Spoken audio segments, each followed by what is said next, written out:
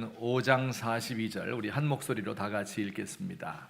그들이 날마다 성전에 있든지 집에 있든지 예수는 그리스도라고 가르치기와 전도하기를 그치지 아니하니라. 아멘. 고린도전서 1장 22절은 신약 263면에 있습니다. 또 다 같이 읽습니다. 유대인은 표적을 구하고 헬라인은 지혜를 찾으나 우리는 십자가에 못 박힌 그리스도를 전하니 유대인에게는 거리끼는 것이요 이방인에게는 미련한 것이로되 오직 부르심을 받은 자들에게는 유대인이나 헬라인이나 그리스도는 하나님의 능력이요 하나님의 지혜니라. 아멘. 우리가 지금 사도신경을 한 구절씩 공부하고 있습니다. 전능하사 천지를 만드신 하나님 아버지를 내가 믿습니다. 또 그 외아들 우리 주 예수 그리스도를 믿습니다. 이것이 첫 두 구절이 되겠습니다. 이것을 새번역 성경에서 이렇게 번역을 했는데, 새번역 사도신경에서 우리 한번 읽어보겠습니다. 시작. 나는 전능하신 아버지 하나님 천지의 창조주를 믿습니다. 이게 첫 번째 구절로서 우리가 네 번에 걸쳐서 그 의미를 살펴보았습니다. 두 번째 구절 시작. 나는 다시 아까로 돌이켜주세요.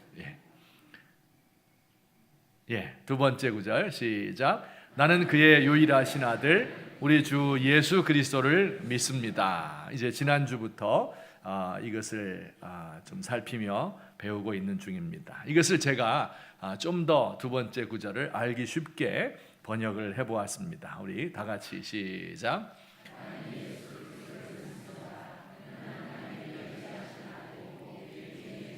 네, 나는 예수 그리스도를 믿습니다. 그는 하나님의 유일하신 아들이고 우리의 주님입니다 하는 것이 우리의 신앙 고백 두 번째 구절입니다. 오늘 이 시간에는 이 두 번째 구절 가운데서 예수 그리스도 여기에 집중해서 한번 살펴보도록 하겠습니다. 우선 단어의 뜻부터 우리가 알아야 될 것 같아요.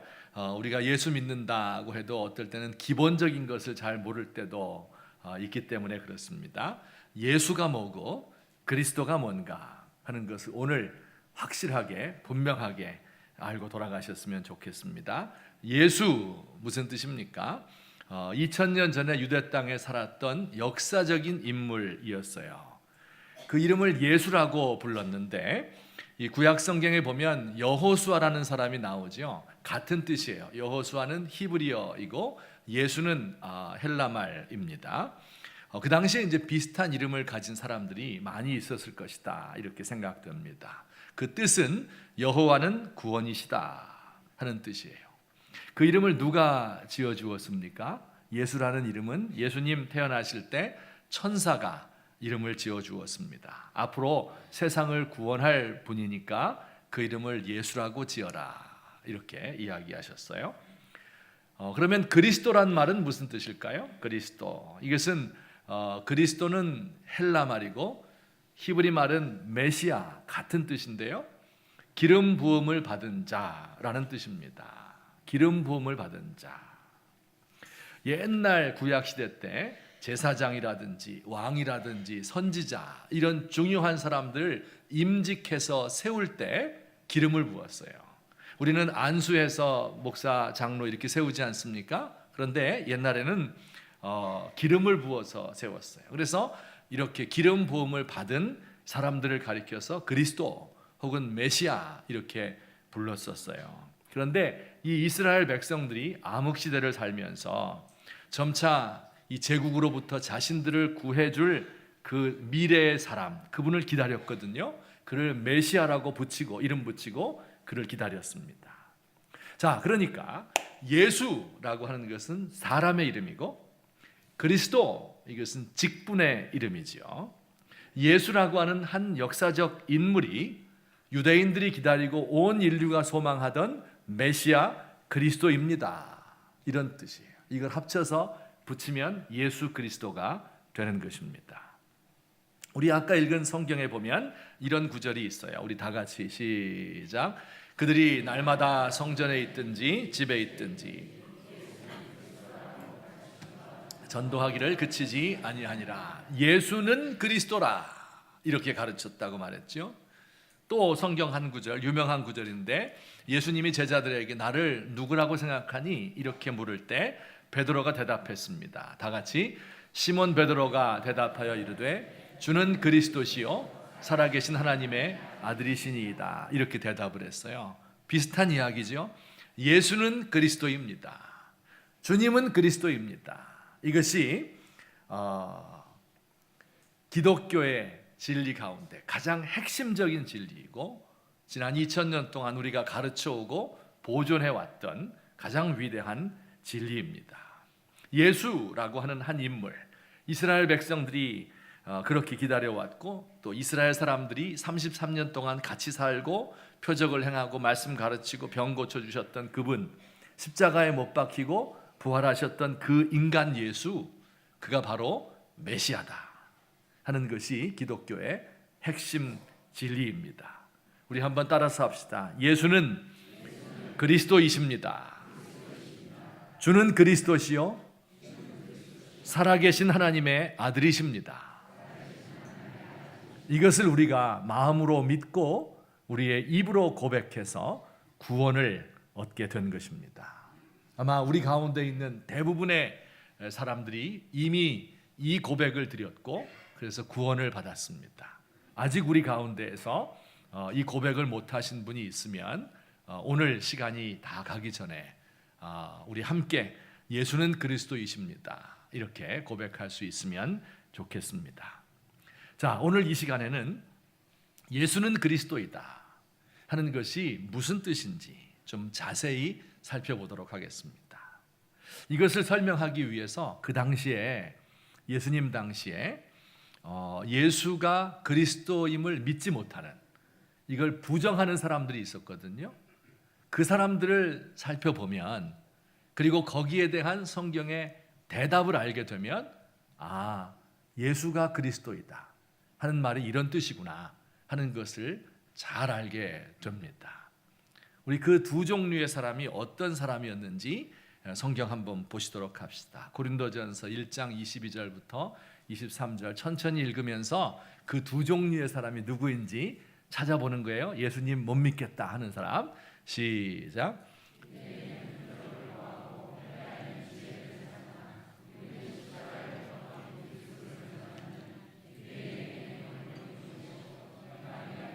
네, 이 구절을 잘 보면 두 종류의 사람이 나오죠. 예수님 그리스도인 것을 메시아인 것을 믿지 않는 두 종류의 사람. 첫째는 누굽니까? 유대인. 유대인은 표적을 구했는데 표적이 없었던 건가 봐요.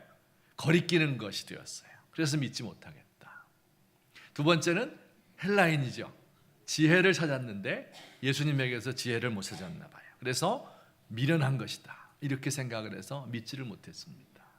이 두 가지를 우리가 살펴보도록 하겠습니다. 먼저 순서를 좀 바꾸어서 헬라인부터 생각을 해보겠습니다. 헬라인들은 왜 예수는 그리스도이다 하는 이 진리를 믿지 못하였을까요? 우리 한번 읽어보겠습니다. 시작. 헬라인은 신이 인간이 될 수 없다고 하면서 그리스도로 오신 예수님을 부인합니다. 설명을 제가 드릴게요. 헬라인은 어떤 사람인가? 원래 뜻은요, 그리스 사람 그런 뜻이에요. 지금도 그리스라는 나라가 있죠. 한때 그 그리스가 세계를 다 정복했거든요. 그래서 예수님 당시에 정치적으로는 로마 제국의 압제하에 있었지만 문화적으로는 그리스 문명이 전 세계를 지배하고 있었어요.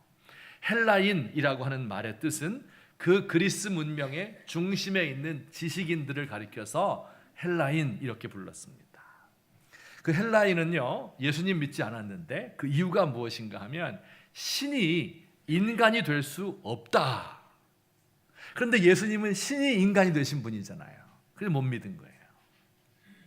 왜 신이 인간이 될 수 없다고 생각했는가 하면 인간은 육체를 가지고 있는데 인간의 육체가 너무 비천해. 육신을 가지고 사는 우리의 삶이 너무 구차스러워요. 그래서 그렇게 높고 초월적이고 위대하고 거룩하신 고상한 그 신이 우리와 같은 이런 제한적이고 구차한 이런 인간으로 어떻게 태어날 수 있겠느냐. 그들이 이렇게 생각을 했던 거예요. 그래서 예수는 그리스도로 오신 그 예수님을 믿지 못했습니다. 이게 생각해 보면 이 헬라인의 말이 상당히 일리가 있습니다. 정말 우리의 삶은 구차스럽기 그지없어요. 그죠? 태어날 때부터 엄마의 고통 속에서 피를 흘리며 태어납니다. 아기를 낳을 때 머리나 가슴으로 배꼽으로 낳는 것이 아닙니다. 생명을 낳는 기관이 수치로 가려져 있어요. 밥을 먹고 사는 것도 참 구차하기 이를 데 없습니다. 우리 아까 영상에도 보았지만 해외여행하면 아이들이 물건을 가지고 와서 이거 사달라, $1 이렇게 하며 물건 사라고 동냥하듯 달라붙습니다.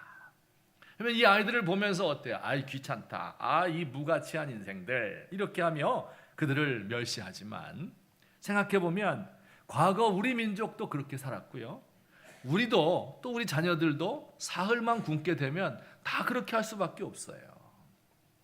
우리의 육체는요 변화되잖아요. 시들어가지요, 후패해가지요, 병 걸리고 늙어갑니다. 어저께 제가 이제 거울을 보면서 제 자신의 얼굴을 자세히 관찰해 보았습니다. 저도 한때는 그 동안이었던 때가 있었습니다. 제가 옛날부터 여기 점이 여기 하나가 딱 있었거든요. 근데 어저께 세어 보니까 27개로 늘어났습니다. 그리고 이 언저리에 지젖이라고 그러죠. 이게 수십 개가 들러붙어 있고, 이 검버섯이 자리 잡았고, 사마귀, 다크서클, 뭐 이런 것들이 얼굴에 앉아 있는 것을 보게 되었습니다. 이걸 빼러 가야 될 텐데 그 아플 것 같아서 못 가고 있습니다. 또 우리 감정의 기복이 참 심하죠. 우리의 눈으로 들어오고 듣고 맛보고 냄새 맡고 느끼고 이런 것들, 오감으로 들어오는 것들 때문에 우리가 행복했다, 불행했다, 이것을 막 반복하고 있습니다. 우리 육신에 자리 잡고 있는 죄악들이 얼마나 많은지 몰라요. 불교에서는요 탐진치 이렇게 세 가지 이야기합니다. 탐욕과 분노와 어리석음, 이게 우리 육체 속에 자리 잡고 있는 거예요. 그칠 수 없는 탐욕, 끝없이 솟아나오는 분노, 잘못된 선택을 반복하는 어리석음이 우리 안에 자리 잡고 있는 겁니다. 자, 헬라인들이 이렇게 주장했어요. 하나님이, 그 높고 위대하신 그 하나님이 이런 인간에게, 육체를 가지고 있는 이 인간 세상에 온다는 것은 절대 있을 수 없는 일이다. 대신 인간이 구원을 받기 위해서는 우리 인간의 영혼이 신을 찾아가는 방법밖에 없다, 이렇게 생각을 했어요. 생각해보면 인간은 육체와 영혼으로 돼 있잖아요. 영혼이 육체를 이겨야 돼요. 억눌러야 된다는 겁니다. 인간 육체가 가지고 있는 이 욕망, 이것을 우리의 영혼이 누르게 될 때 부동심을 가지게 된다. 움직이지 않는 마음이에요. 흔들리지 않는 마음을 갖는 거예요. 이 세상사를 가능한 한 멀리하고 소유를 줄이고 마음을 평안하게 하고 영혼을 정화하고 생각을 깊이 하고 묵상하고 명상을 하게 되면 이런 일이 가능해진다는 겁니다. 영혼이 육체를 누르고 죽이는 거지요. 이런 삶을 헬라인들은 지혜라고 불렀습니다. 앞서 고린도전서 1장 22절에서 헬라인은 뭘 찾는다고 그랬어요? 뭘 찾는다고 그랬어요? 지혜를 찾는다고 그랬죠. 그 지혜가 뭐냐면 이 금욕을 통해서 육체를 다스리고 욕심을 없애고 깊은 명상을 통해서 그 영혼을 고요하게 함으로써 하늘의 평안을 얻게 된다. 이게 구원이다. 이렇게 헬라인들이 이야기했습니다. 어떻습니까? 아멘입니까? 예. 근데 이게 그럴듯해요. 그래서 이게 전 세계적으로 지금까지도 이런 생각하는 사람 많아요. 그 대표적인 사람이 불교입니다. 불교의 무소유를 주장하죠. 무소유. 영혼을 정화시켜라. 가부좌를 틀고 면벽 참선을 하고 이 인간의 욕심을 이길 수 있다. 이런 얘기예요. 제가 얼마 전에 티베트의 승려인 달라이 라마의 책을 읽었어요. 분노를 다스리는 법, 이렇게 되어 있습니다. 이 중국의 박해를 뛰어넘어서 세계의 스승이 된 사람이잖아요. 뭐 때문에? 분노를 다스린다. 내 욕망을 줄이고 마음을 비우고 몸을 낮추는 것이 구원에 이르는 지혜이다. 이렇게 헬라인들이 이야기했어요. 자, 이 말이요, 이게 언뜻 듣기에는 상당히 그럴듯한 이야기인데 문제는 그게 가능하지 않다는 겁니다. 명상을 통하여 마음의 분노와 욕심을 가라앉히는 것, 영혼이 육체를 다스리는 것, 이게 가능하겠습니까? 여러분, 헬라 사람들 이렇게 생각했죠. 육체는 죄악된 것이고 영혼은 깨끗한 거다, 이렇게 생각했는데 실제 우리의 영혼이 깨끗합니까? 사실은요, 인간의 모든 죄악의 출발점이 우리의 영혼인 거예요. 영혼 안에 죄가 싹트고 있고 여기에 반역이 들어가 있기 때문에 인간의 육체는요, 그 죄를 담아내는 도구에 불과한 거예요. 인간의 영혼이 인간의 육체를 제어할 수 있는, 다스릴 수 있는 힘이 없습니다. 인간의 육체가 아니라 우리의 마음이, 우리의 영혼이 먼저 타락했기 때문에 그렇습니다. 헬라인들이 지혜를 찾는다 이렇게 말했죠. 이 찾는다는 단어도 중요한데 열심히 찾기는 찾지만 안 된다, 그런 의미를 내포하고 있습니다. 우리 하나님은요, 근본적으로 이런 방법을 가지고 구원에 이를 수 없다는 것을 아셨습니다. 그래서 하나님이 다른 방법을 마련하셨어요. 사람이 내 지혜를 가지고 하나님께 들어가는 것이 아니라 하나님께서 이 세상으로 오시는 방법을 택한 겁니다. 지혜를 찾고 추구하는 사람들에게 지혜 자체이신 예수님이 이 땅에 오신 것입니다. 죄인의 누추한 삶을 파괴하기 위해서 오신 것이 아니라 그 안에 생명을 불어넣어서 풍성하고 의미 있게 완성시키기 위해서 예수님이 오셨어요. 인간의 미련함으로 얼룩진 이 인간의 역사에 깊이 개입하셔서 그 역사를 바꾸고 구속하기 위해서 예수님이 오신 겁니다. 예수 그리스도는 인간의 몸으로 오신 하나님이에요. 살아계신 하나님의 아들이 인간으로 오셨습니다. 하나님이면서 동시에 인간이지요. 저는 예수님을 참 좋아합니다. 하나님 하면 좀 어려워요. 감을 못 잡겠어요. 멀리 떨어졌어요. 무서워요. 그런데 예수님은 너무 친근합니다. 유대의 변방인 갈릴리에 오셔서 제자들과 함께 먹고 마시고 함께 다니고 함께 주무셨지요. 우리와 똑같이 땀 냄새 나는 옷을 입고 먼지 묻은 발을 하고 또 배고프고 피곤하고 힘들어한 분이었습니다. 그러나 그의 눈빛은 동정심으로 가득 차 있었고 그의 음성은 따뜻했습니다. 힘들어하는 영혼들에게 가르침을 주고 그리고 그들을 안아주었습니다. 하나님께 순종하고 죄를 이기는 것이 너무 힘들다 하는 것을 그분도 아셨습니다. 그래서 밤새워서 기도하고 씨름하고 스트럭을 하는 그러한 인생을 사셨습니다. 이 예수님이에요. 친근한 분, 우리의 곁에 계신 분이에요. 그분은 우리의 어려움과 또 고통을 다 경험하셨습니다. 몸으로 다 받으시고 이것을 공감하는 분이 되셨습니다. 하나님 보좌 우편 가장 가까운 곳에 앉아서 마치 변호인이 재판관 앞에서 죄인을 대변하는 것처럼 우리의 사정을 대신 말씀해 주십니다. 우리의 걱정거리와 외로움과 분노와 허무감 같은 것을 다 알고 공감하시는 분입니다. 암으로 투병하면서 삶과 죽음의 갈래길에서 고통당하고 있는 사람들의 심정을 이해합니다. 다람쥐 쳇바퀴 도는 것 같은 그 인생, 고통스럽고 지겨움으로 가득한 그 인생을 잘 아십니다. 수십 년 직장 하루아침에 놓고 떠나는 마음이 괴롭지요? 그 괴로움도 압니다. 시험에 실패하고 취업의 어려움을 겪는 상황이 얼마나 쓰리고 추운지, 사람들 앞에서 망신당하고 따돌림당하고 수치당하는 것이 얼마나 괴로운지 아십니다. 우리의 영혼을 유혹하는 그 유혹이 얼마나 극심한지, 우리의 육체에 지겹게 들러붙은 욕망의 찌꺼기를 털어버리기가 얼마나 어려운지를 잘 아십니다. 불의한 세상에 대항해서 싸우다가 때로 지쳐 쓰러져 넘어지기도 하고 때로는 너무 어려워서 자신을 굽혀야 하는 사람의 참담함도 그분이 잘 알고 계십니다. 우리의 곁에 계신 예수님이에요. 신이 인간이 되셔서 우리와 함께 있는 그분이 바로 메시아 그리스도입니다. 제가 좋아하는 시인 중에 나태주라고 하는 분이 있어요. 제가 이 시를 읽고 아주 감명을 받았는데 천안에 가보니까 시박물관 앞에 이분이 친필로 써서 걸려 있더라고요. 제가 한번 읽어드릴게요. 그 제목은 너무 그러지 마시어요 라는 제목입니다.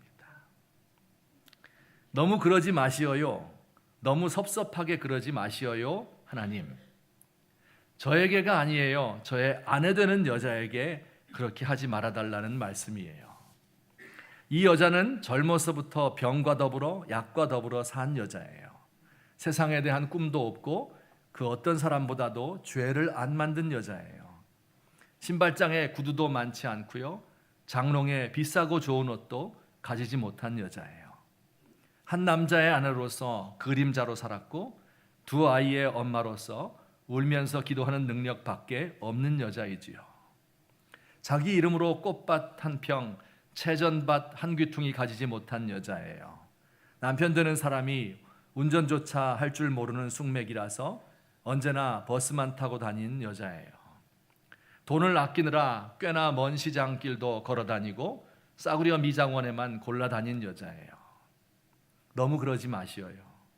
가난한 자의 기도를 잘 들어 응답해 주시는 하나님, 저의 아내 되는 사람에게 너무 섭섭하게 그러지 마시어요. 이게 그 내용이에요. 나태주 이분은 평생을 교직에 몸담고 있으면서 깨끗하게 살아온 이 시골 초등학교 선생님으로 사신 기독교 신자입니다. 그가 은퇴할 무렵에 췌장암 걸려서 사형 선고를 받았는데 아내의 이 간절한 믿음의 기도 또 정성 어린 간호 덕분에 기적적으로 살아났습니다. 장례를 다 준비하고 영정사진까지 다 마련해 놨는데 기적적으로 살아났습니다. 이 시를 병상에 있을 때 힘들게 간호하는 아내를 보면서 시를 썼습니다. 이 시를 듣고 아내가 감명 받았을까요? 안 받았을까요? 엄청 감명 받았겠죠. 그래서 또 이 아내도 답시를 썼습니다. 이게 또 엄청난 닭살입니다. 예. 읽어드릴게요. 너무 고마워요. 남편의 병상 밑에서 잠을 청하며 사랑의 낮은 자리를 깨우쳐 주신 하나님, 이제는 저희를 다시는 아프게 하지 마시어요. 우리가 모르는 우리의 죄로 한 번의 고통이 더 남아있다면, 그게 피할 수 없는 우리의 것이라면 이제는 제가 병상에 누울게요. 한 여자 남편으로 토방처럼 배고프게 살아왔고 두 아이 아빠로서 우는 모습 숨기는 능력밖에 없었던 남자지요. 운전조차 할 줄 몰라 언제나 버스만 타고 다닌 남자예요. 승용차라도 얻어 탄 날이면 꼭 그 사람 큰 덕 봤다고 먼 산 보던 사람이에요. 하나님, 저희 남편에게 너무 섭섭하게 그러지 마시어요. 좀만 시간을 더 주시면 아름다운 시로 당신 사랑을 꼭 갚을 사람이에요. 이렇게 또 시를 썼습니다. 여러분, 그리스도인들은 무엇을 믿는 사람입니까? 하나님께서 인간이 되셨다. 그래서 우리의 모든 고통과 슬픔을 다 아시고 특별히 가난하고 병든 사람의 심령을 잘 아는 분이다. 이걸 믿는 사람들이에요. 육체를 입고 사는 우리의 삶이 비록 누추하여도 그 가운데서 하나님의 모습을 보여주신 예수님을 따르는 겁니다. 인간이 가진 모든 고통을 다 체험하여 아시는 그분을 믿고 그분께 기도하는 겁니다. 헬라인들은요, 신이 인간이 될 수 없다고 말하고 이런 걸 믿는 사람을 어리석다고 하지만 우리 하나님은 그런 헬라인을 비웃으시며 그들을 미련하다고 하시며, 자 봐라, 내가 인간이 되어서 이 땅에 내려왔다, 이렇게 하며 그들의 지혜를 비웃으시는 우리 하나님이신 것을 믿으시기를 주의 이름으로 축원합니다. 그 예수님 앞에 언제든지 나아가서 가장 친근하게 그분과 대화하고 그리고 우리의 모든 슬픔과 고통과 우리의 가난한 것을 그분께 고백할 수 있는 이 믿음 위에 굳게 서신 여러분 되기를 예수님의 이름으로 축원합니다. 우리 이제 시간이 갔는데 두 번째 하나 더 이야기해야 되겠죠? 우리 둘째 다 같이 시작.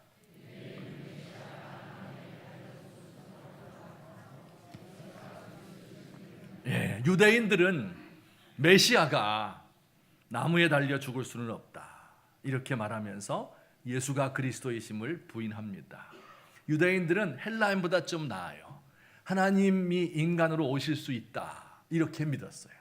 그런데 그 인간으로 오신 예수님을 그리스도라고 메시아라고 받아들이지 않은 겁니다. 유대인이라고 하는 사람은 이스라엘 사람들이죠. 그들이 못 받아들인 이유를 또 성경이 이렇게 설명하죠. 우리 고린도전서 1장 22절 다 같이 시작. 유대인은 표적을 구하고 헬라인은 지혜를 찾으나 우리는 십자가에 못 박힌 그리스도를 전하니 유대인에게는 거리끼는 것이요 이방인에게는 미련한 것이다. 유대인은 뭘 구했어요? 표적을 구했다. 예수님의 십자가는 그들에게 거리끼는 것이었다 이렇게 설명을 합니다. 이 표적을 구한다는 말이 무슨 뜻인지 제가 좀 설명을 해드리겠습니다. 유대인들은 아주 오래전에 600년 이때로부터야 거의 600년 전에 나라를 잃어버렸어요. BC 586년에 나라가 망했습니다. 그리고 떠돌아다니는 민족이 되었습니다. 이후에 나라가 없이 다른 나라에 흩어져 살기도 하고 때로 독립을 했다가 또 망하기도 하고 종살이하고 참 어렵게 살았습니다. 이들의 마음속에 새로운 시대를 꿈꾸는 메시아 신앙이 싹 텄습니다. 메시아가 오시는 그때, 그리스도가 오시는 그때, 그때는 이런 일이 있을 것이다 생각을 했어요. 메시아가 오면 해방 전쟁을 일으켜서 우리 민족이 해방될 것이다. 또 그 메시아는 크고 멋진 웅장한 성전을 짓고 우리 모든 흩어진 백성들을 한데로 모을 것이다. 그리고 우리를 지배하던 그 악한 제국, 온 세계를 제국들을 멸망시키고 온 세계를 정의로운 세상으로 바꾸어 놓을 것이다. 이런 믿음을 가지고 그 고통을 견딘 것입니다. 표적을 구한다 하는 말이 이런 뜻이에요. 이렇게 되려면 그 그리스도가, 그 메시아가 얼마나 큰 능력을 가져야 되겠어요. 하늘 구름을 타고 내려와야죠. 양식을 막 비처럼 줄 수 있어야죠. 악인들을 한 팔로 물리치는 전사여야 되지 않겠습니까? 그런 메시아를 기대했어요. 근데 예수님이 세상에 오셨을 때 가만히 보니까 예수님이 꼭 그런 일을 하실 분처럼 보였어요. 병든 자 일으키고 죽은 자 살리는 능력이 있죠. 바다 위를 걷죠. 떡을 만들어 나누어 주죠. 이렇게 할 때 야, 예수님이 약속되신 오일이라고 한 그 메시아인가 보다 이렇게 생각을 했는데 그 예수님이 점점 이상해지는 거예요. 성전을 재건하지도 않고 민족 해방 전쟁을 일으키지도 않았습니다. 오히려 그는 대제사장과 로마인들에게 잡혀서 십자가에 매달려서 무력하게 죽은 겁니다. 구약 성경에 따르면 나무에 달린 사람은 저주를 받은 사람이다. 뭐 꼭 구약 성경 아니더라도 그 목이 잘려서 장대에 매달린 사람, 성벽에 시체가 매달린 사람, 이런 사람을 누가 축복받은 죽음이라고 할 수 있겠습니까? 저주받은 이 죽음을 죽은 이 메시아가 하나님의 보내신 사람일 수 없다. 이렇게 그들이 생각한 거예요. 돌이켜보니까 예수는 갈릴리의 촌 나사렛 출신입니다. 그가 태어난 것은 마구간에서 태어났어요. 목수의 아들로 자라났습니다. 유명한 랍비에게서 교육을 받은 적도 없습니다. 그를 따르던 제자들은 어부와 세리와 운동권 출신과 과거가 수상쩍은 여자들 몇 사람이 예수님 따른 거예요. 사람들이 기대하고 그리던 그 메시아의 상이 있잖아요. 거기에 어느 하나도 부합되지를 않은 겁니다. 이게 유대인에게 거리끼는 것이 되었어요.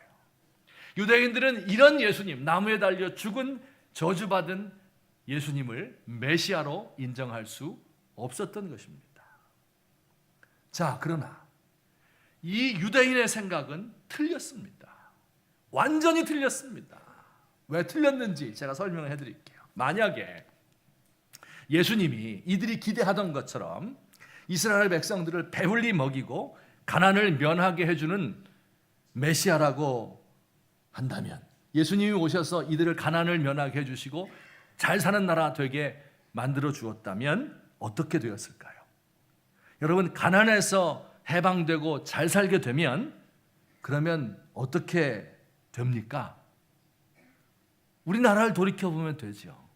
우리가 옛날에 가난했어요. 못 살았어요. 지금 먹고 살게 되었어요. 부강한 나라가 되었습니다. 여러분, 그런데 이 나라가 못 살 때는요, 국민들의 정신이 살아있었고 애국심이 있는 사람 많았어요. 그러나 지금 애국자가 어디 있습니까? 모든 것을 다 돈으로 평가해버리니 돈 앞에 모두가 다 굴복을 해버리고 말았습니다. 제가 어떤 드라마 보다가 이 미혼 여자 주인공이 이 대사 비수와 같이 제 가슴에 꽂혔습니다. 이렇게 말했어요. 바람둥이와는 살아도 가난뱅이와는 못 살아. 이게 오늘날 여인들의 마음입니까? 이게 가정을 대하는 태도입니까? 여러분, 가난한 사람 잘 살게 해주면 이렇게 되는 거예요.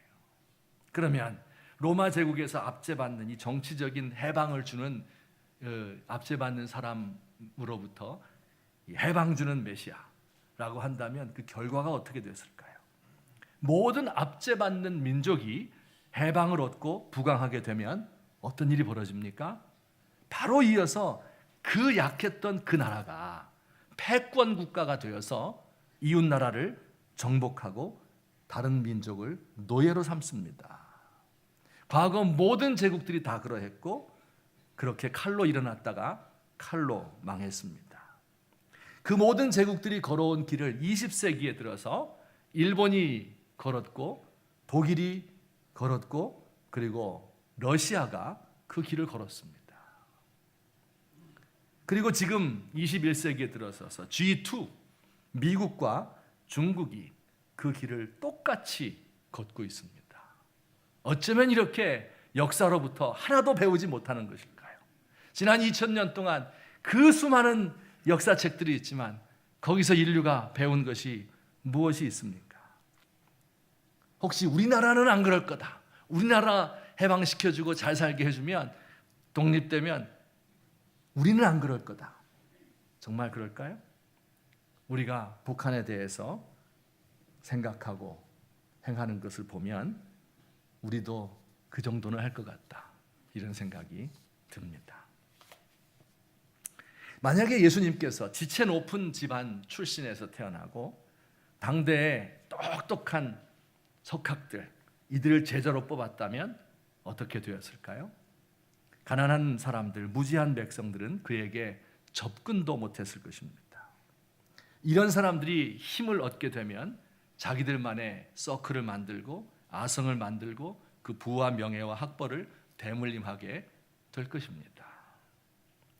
만약에 예수님께서 오셔서 크고 웅장한 성전을 지었다면 어떻게 되었을까요? 수많은 양들이 제물로 드려지고 그 피가 강수와 같이 흘러갈 수 있을지는 몰라도 고급 세단을 타고 화려한 옷을 입은 고관들이 드나드는 그런 화려한 성전은 될 수 있을지 몰라도 허세 떠는 종교 귀족들의 놀이터가 될 수 있을지는 몰라도 사람들의 양심을 깨끗하게 하는 능력은 없었을 것입니다. 사람들 마음이 슬픈 자와 애통하는 자의 안식처로서의 교회가 이 땅에 세워지지는 못했을 것입니다. 모든 사람들의 마음속에 깨끗한 성전을 세우지는 못하였을 것입니다. 여러분, 유대인들이 바랐던 그 표적을 행하는 메시아, 그의 결말이 이런 겁니다. 유대인들은 외적인 능력이 나타나는 이 표적을 구했지만 진정한 능력은 여기 있는 것이 아니었어요. 유대인들은 전혀 상상도 하지 못했던 하나님의 능력 있는 계획이 나타났습니다. 우리 예수님께서 가난하고 힘없는 자로 오심으로 저와 여러분을 포함한 모든 사람, 전 인류가 다 그분 앞에 나갈 수 있게 되었습니다. 누구든지 그에게 거리낌 없이 접근할 수 있게 된 것입니다. 예수님이 힘을 가진 정치적인 메시아가 아니라 섬기는 분으로 오셨기 때문에 우리에게 진정한 해방이 주어진 것입니다. 우리의 속에 들러붙어서 끊어지지 않는 이 욕망과 권력욕의 정욕의 굴레로부터 해방시켜 주신 그 예수님의 능력입니다. 우리 예수님께서 나무에 달려 죽은 것은 걸려 넘어지는 걸림돌이 아니라 거리끼는 것이 아니라 우리의 죄를 근원부터 뿌리 뽑아주고 우리의 속 양심이 깨끗하게 되는 진정한 죄 용서의 근원이 된 것입니다. 이것은 잠시 있다가 없어지는 인간의 지혜와 능력으로부터 시작된 메시아 왕국이 아닙니다. 온 인류를 영원토록 구원할 수 있는 영속적인 진리를 우리 주님께서 우리에게 가르쳐 주신 것입니다. 여러분, 이것이 우리가 믿는 우리의 주님이라고 고백하는 예수 그리스도입니다. 예수는 그리스도이다. 예수는 메시아이다. 예수는 우리가 우리 힘으로 우리의 지혜로 노력해서 하나님께 도달하는 것이 아니라 하나님께서 우리 가운데 친히 오셔서 우리의 연약함과 고통당함을 아시고 그리고 연약한 자들의 기도를 들으시고 그들을 붙들어 주시는 메시아로 오셨다. 헬라인들이 생각하는 것처럼 지혜로운 사람들의 종교가 아니고 유대인들이 생각하는 것처럼 힘 있는 표적을 행하는 것이 아니고 가난한 자로 섬기는 자로 오셔서 우리의 영혼을 구원하신 그 예수님. 여러분, 이 예수님 너무 좋아요. 세상에 이런 왕이 어디 있습니까? 세상에 이런 구원이 어디에 있습니까?